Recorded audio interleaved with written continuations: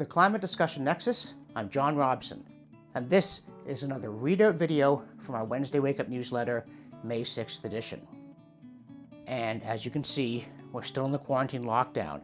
Though mercifully in Ottawa, we are emerging slowly and fitfully from winter, somewhat belatedly. But one of the items that we talk about in our newsletter is the fact that in Australia, where summer is ending and winter's beginning, it seems to have come early and with some ferocity. Snowfall, record low temperatures, howling gales. And as you may recall, when Australia was having wildfires, people said, well, you know what this is about? Climate change. It's gotten hotter in Australia. This is the new normal. Never going to cool down. Better get used to it. And so once again, we find ourselves obliged to object. Somebody recently actually patted me on the head and said, I don't think you know the difference between weather and climate. And I responded a little curtly, sure I do.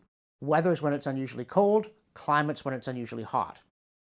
But if people want to look at what's happening in Australia and say, oh, well, the picture's complicated, it's not linear, of course there are going to be exceptions, they need to do the same thing when there's a heat wave. Fair is fair, intelligent is intelligent. And it would help us all debate the issue if the same rules applied to unusually cold and unusually hot conditions. We're either always taking the long view and seeing the complexity, or else we never are. And here at CDN, we say, take the long view, see the complexity.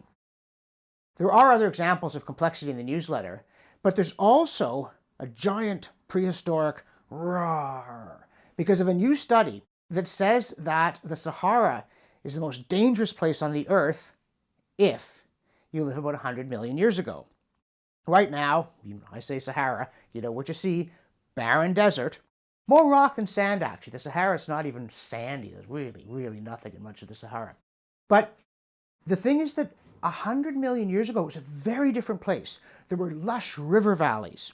There was abundant life, particularly fish.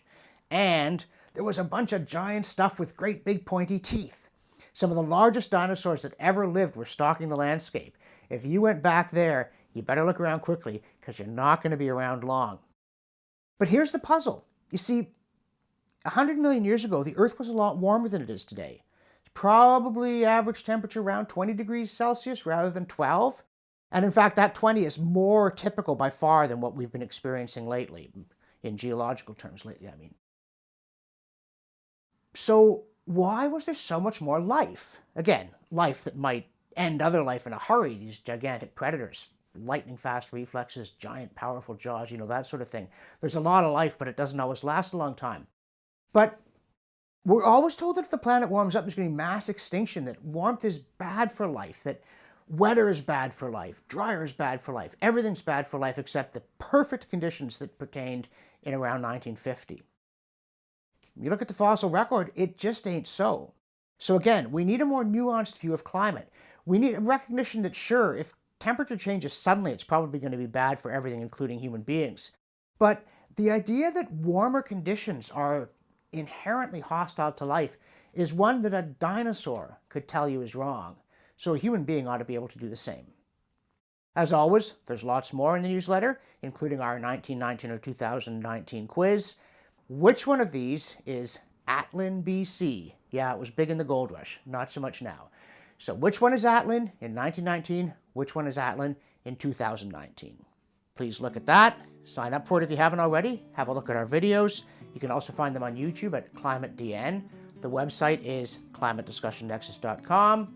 And if you haven't already made a contribution, we know times are tough, but if you agree that this is a really bad time for bad policy and you want to help us push back, click on the donate button, make a small pledge. $3 a month, $5, $7. It all makes a big difference to us. Thanks for watching. For the Climate Discussion Nexus, I'm John Robson.